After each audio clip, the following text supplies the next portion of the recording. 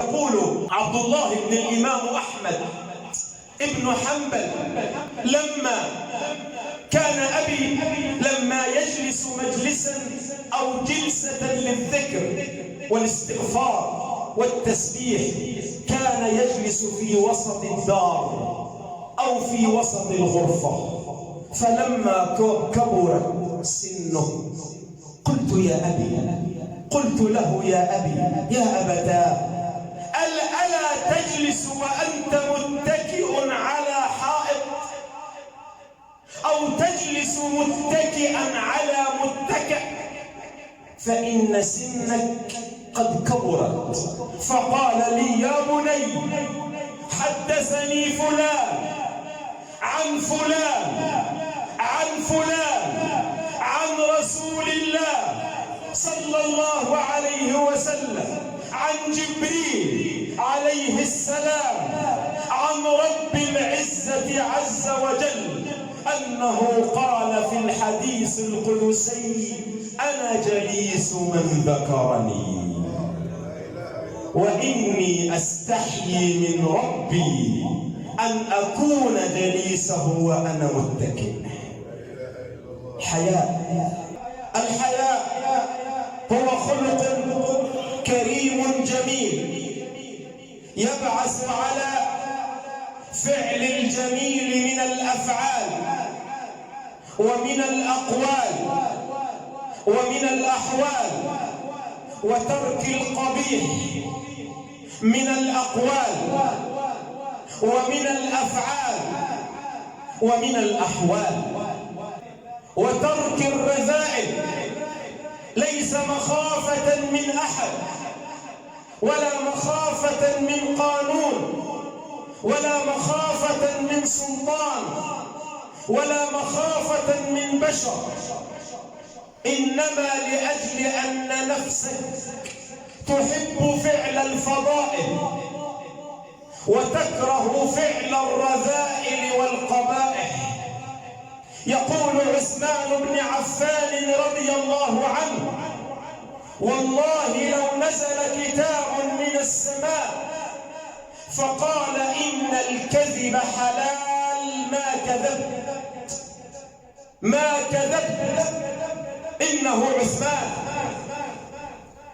الذي قال عنه النبي صلى الله عليه وسلم رجل تستحي منه الملائكة، رجل تستحي منه الملائكة لشدة حيائه من ربه، فالملائكة يستحيون والله جل وعلا يستحي. فقد روى الإمام ابن ماجه والحاكم والترمذي من حديث سلمان الفارسي أن النبي صلى الله عليه وسلم قال إن الله حيي كريم يستحيي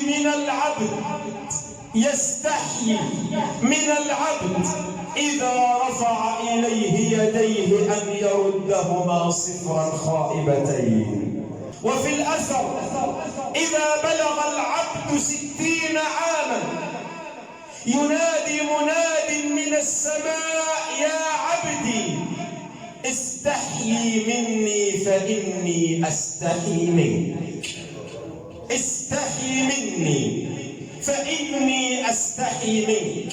فالله يستحي والملائكة تستحي، فكما أخبر النبي عن عثمان رجل تستحي منه الملائكة.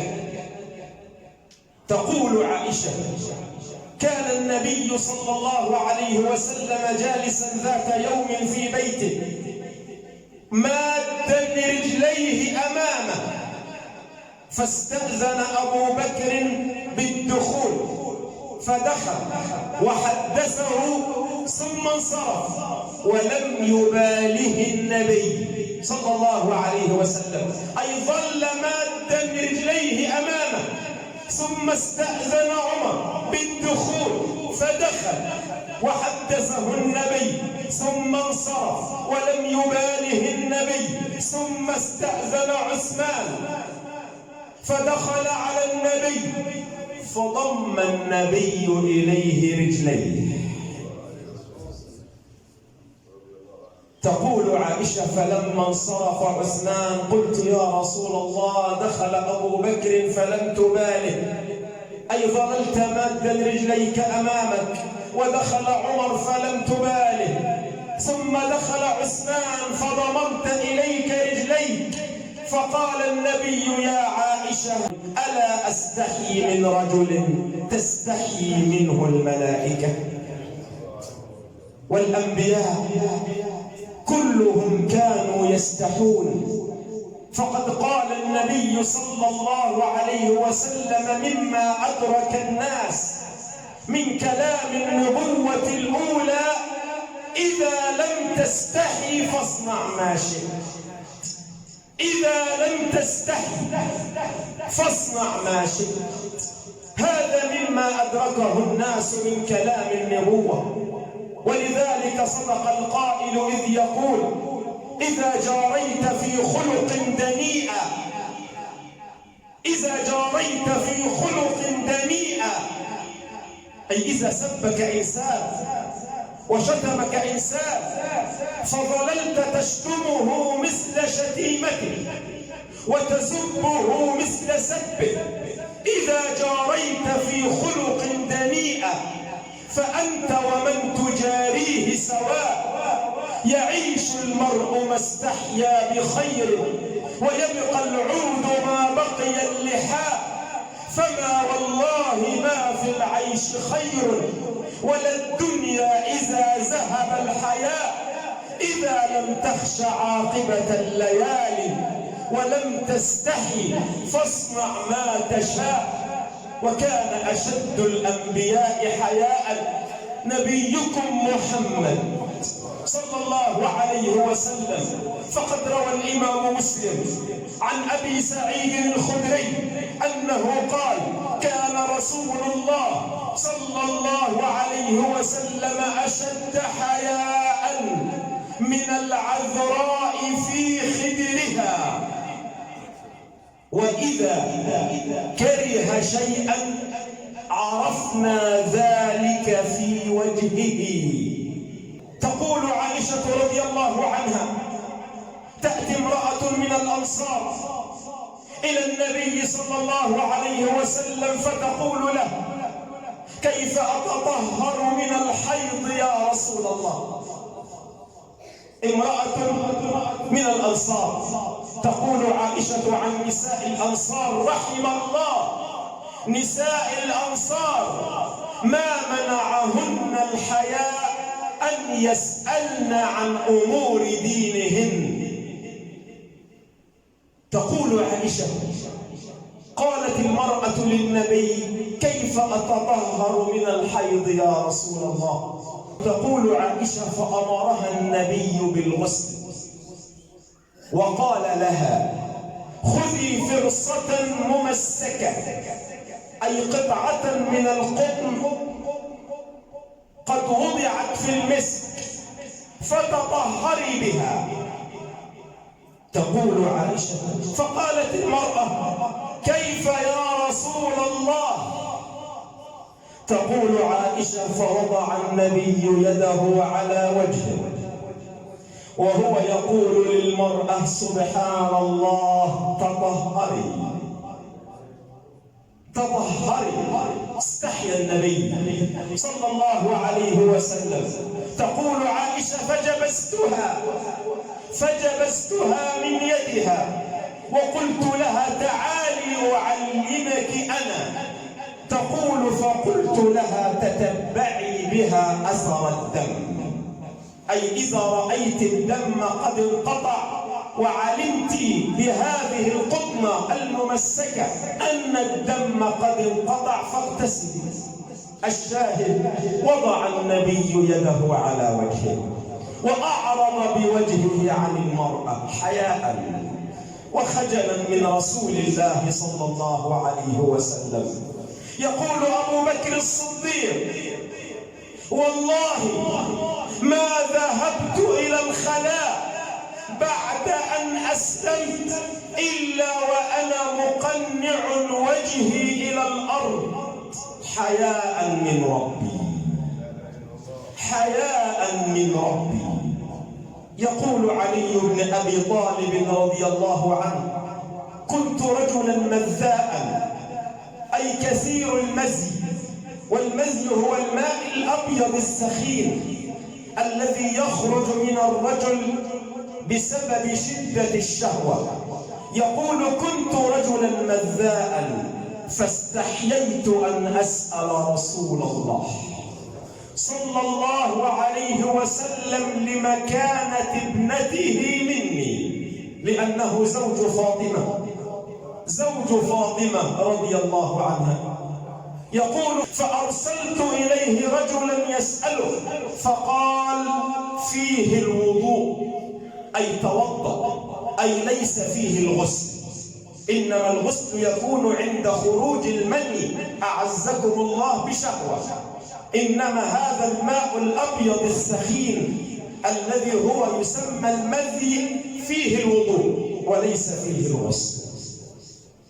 روى الحاكم وروى ابن سعد في الطبقات عن أسماء بنت عميس رضي الله عنها قالت: أسماء بنت عميس زوجة أبي بكر الصديق رضي الله عنه تقول: كنت جالسة ذات يوم وعندي فاطمة بنت رسول الله صلى الله عليه وسلم، تقول: فكنت أحدثها عما حدث لنا في الحبشة وعما رأيناه بأرض الحبشة.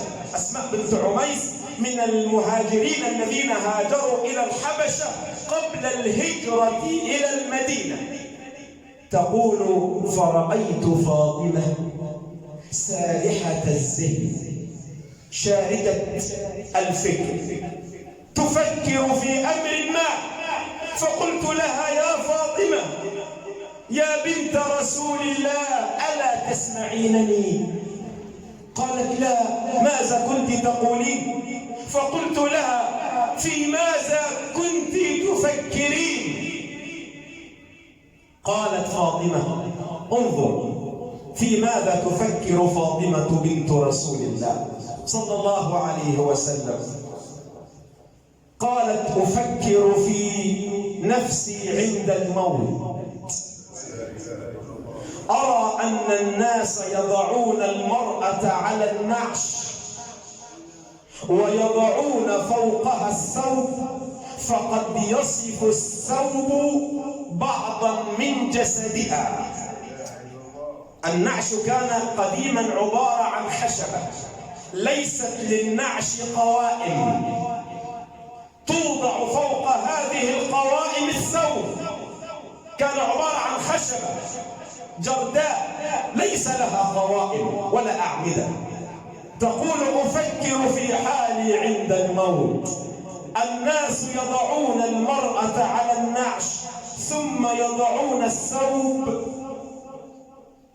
فيصف الثوب بعضا من جسد المرأة، سبحان الله، مكفنة ب5 أثواب وفوقها ثوب سادس، ثم تسأل عن حالها عند الموت، والحال حال حزن، والحال حال كرب، والحال حال غم وهم، وتقول: الثوب قد يصف بعضا من جسدي وأنا فوق النعش. فما بال نسائنا أو بعض نساء المسلمين قد خرجت إلى الشارع وقد نسيت أن تلبس، قد نسيت أن تلبس ثيابها. أخبر عنهن النبي فقال: نساء كاسيات عاريات لا يدخلن الجنة ولا يجدن ريحها، لا يدخلن الجنة ولا يجدن ريحها. وإن ريحها لتوجد من مسيرة كذا وكذا. تقول أسماء بنت عميس: فقلت لها: أخبرك عن شيء رأيته بأرض الحبشة. تقول أسماء: فقلت لها: رأيت بأرض الحبشة أن الناس يصنعون للنعش أعمدة أو قوائم، فيوضع فوقها الثوب فلا يصف الثوب الجسد. فقالت فاطمة: سترك الله كما سترتني. تسأل عن الستر وهي ميتة، وبعض النساء ما استحت من العري وهي حية. عائشة رضي الله عنها تقول: لما دفن زوجي وأبي بالحجرة الشريفة، تقول: كنت أدخل عليهما وقد وضعت بعض ثيابي، فأقول: إنما هو زوجي وأبي، إنما هو زوجي وأبي. فلما دفن إلى جوارهما عمر ابن الخطاب، والله ما دخلت عليهم إلا وقد شددت علي ثيابي حياء من عمر. والله ما دخلت عليهم إلا وقد شددت علي ثيابي حياء من عمر. تستحي من عمر وهو ميت، تستحي من عمر وهو ميت. وبعض النساء في زماننا لا يستحين من الأحياء. لا تستحي المرأة من الرجال الأحياء، فتظهر على قناة فضائية وهي شبه عارية. أين الحياء؟ وللأسف تنتسب إلى دين محمد. إذا قلت لها: ما ديانتك؟ تقول: مسلمة. أين حياؤك؟ أين حياؤك؟ والنبي قال: الحياء من الإيمان. فقد روى الإمام البخاري ومسلم عن أبي هريرة رضي الله عنه أن النبي صلى الله عليه وسلم قال: الإيمان 70 شعبة أو 60 شعبة، أعلاها لا إله إلا الله، وأدناها إماطة الأذى عن الطريق، والحياء شعبة من شعب الإيمان. قال النبي: والحياء شعبة من شعب الإيمان. ركز النبي صلى الله عليه وسلم على الحياء، لم يقل: وبر الوالدين شعبة من شعب الإيمان، ولم يقل: والصلح بين المتخاصمين شعبة من شعب الإيمان، لم يقل: وحسن الخلق شعبة من شعب الإيمان، لم يقل: وصدق الكلام وصدق الحديث شعبة من شعب الإيمان، أو حسن الجوار شعبة من شعب الإيمان. إنما ركز النبي على الحياء فقال: والحياء شعبة من شعب الإيمان. لماذا؟ لأن النبي صلى الله عليه وسلم قال في حديث آخر، قال النبي: الحياء والإيمان قرينان، إذا رفع أحدهما رفع الآخر. إذا ضاع الحياء ضاعت 60 شعبة أو 70 شعبة من الإيمان، ضاعت كل الشعب. إذا ضاع الحياء ضاعت الشعب كلها. لذلك ركز النبي على الحياء الحياء والإيمان قرينان، إذا رفع أحدهما رفع الآخر. الإمام أحمد بن حنبل رحمة الله عليه دخل عليه رجل يدعى أبو حامد الخلقاني، فقال له: يا إمام، ماذا تقول في كلمات سمعتها؟ قال: وما ذاك؟ فقال له أبو حامد الخلقاني: أإذا ما قال لي ربي: أما استحييت تعصيني وتخفي الذنب عن خلقي وبالعصيان تأتيني؟ أإذا ما قال لي ربي: أما استحييت تعصيني وتخفي الذنب عن خلقي وبالعصيان تأتيني؟ تدخل إلى غرفتك وتقفل الباب وتنظر في جهاز التليفون إلى ما حرم الله وإلى ما يغضب الله، فإذا دخل عليك أحد أصحابك أغلقت الموقع الذي كنت تنظر فيه إلى ما يغضب الله. أما كنت تستحي من الله؟ فإذا ما قال لي ربي: أما استحييت تعصيني وتخفي الذنب عن خلقي وبالعصيان تأتيني، فما قولي له لما يعاتبني ويقصيني؟ قال الإمام أحمد بن حنبل له: انتظر. أراد الإمام أحمد أن يتمثل الموقف تمثلا عمليا، فدخل إلى داره وأظلم غرفته. يقول الراوي: فسمعت الإمام أحمد يبكي ويردد هذه الأبيات التي قالها الرجل وهو يقول: أإذا ما قال لي ربي: أما استحييت تعصيني وتخفي الذنب عن خلقي وبالعصيان تأتيني، فما قولي له لما يعاتبني ويقصيني؟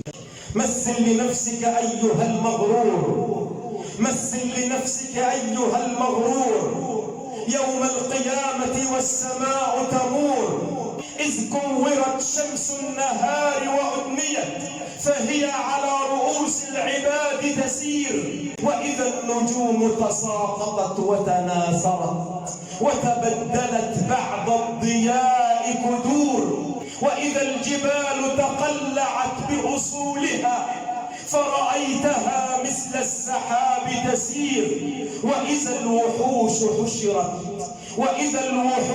حشرت وتقول للأملاك أين نسير، وإذا العشار تعطلت وتخربت خلت الديار فما بها معمور، وإذا البحار تفجرت نيرانها فرأيتها مثل الجحيم تفور، وإذا الصحف نشرت وتضايرت وتهتكت فيها للعالمين ستور، وإذا الجحيم تسعرت نيرانها ولها على أهل الذنوب زفير، وإذا الجليل طوى السما بيمينه طي السجل كتابه المنشور، وإذا الجنين بأمه متعلق يخشى القصاص، وإذا الجنين بأمه متعلق يخشى القصاص وقلبه مذعور، هذا بلا ذنب يخاف جناية فكيف المصر على الذنوب دهور، هذا بلا ذنب يخاف جناية فكيف المصر على الذنوب دهور.